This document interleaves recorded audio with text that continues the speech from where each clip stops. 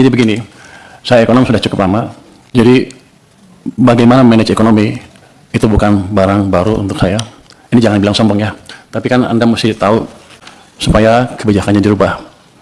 Dan itu kebijakannya dirubah dan kita selamat.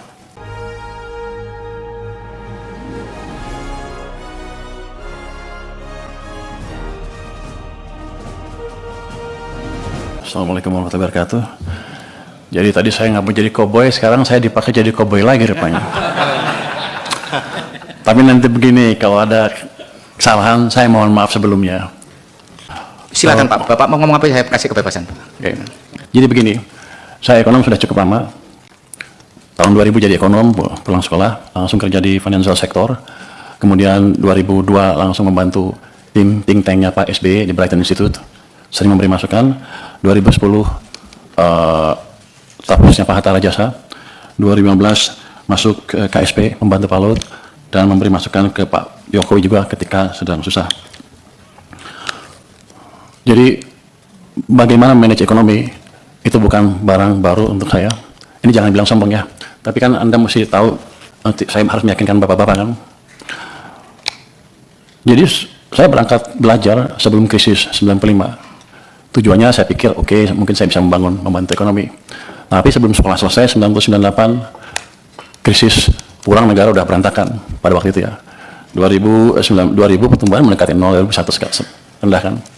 Habis itu kita bantu ke sana, dan waktu itu Pak SBY bisa meningkatkan pertumbuhan sampai mendekati 6% kan. Terus diganti Pak Jokowi. Pak Jokowi pertumbuhannya sedikit di bawah 5% on average.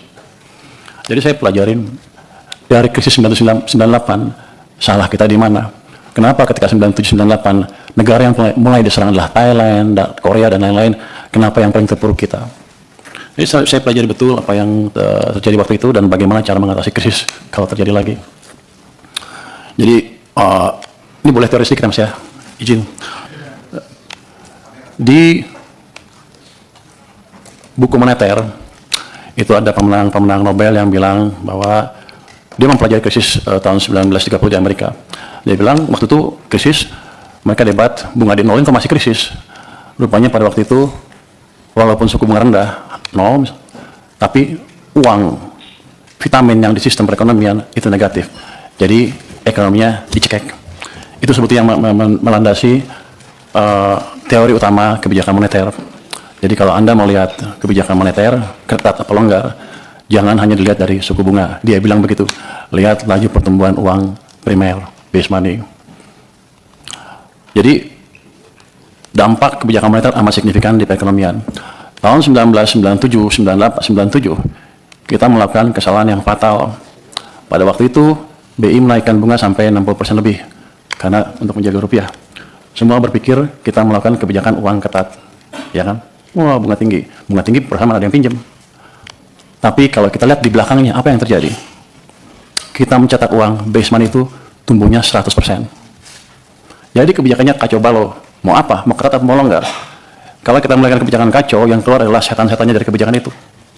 Bunga yang tinggi menghancurkan real sektor, uang yang banyak dipakai untuk menyerang nilai tukar rupiah kita.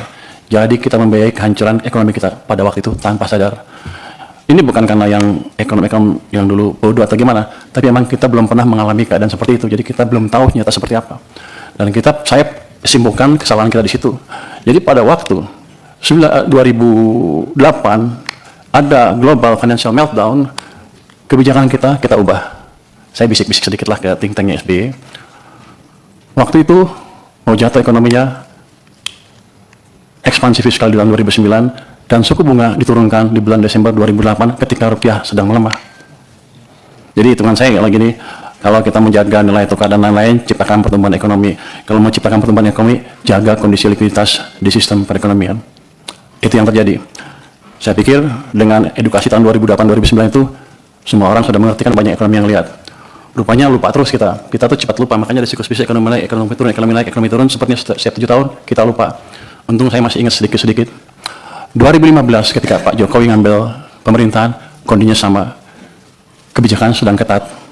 Saya pindah ke KSP untuk memberi masukan langsung pada waktu itu supaya kebijakannya dirubah. Dan itu kebijakannya dirubah dan kita selamat.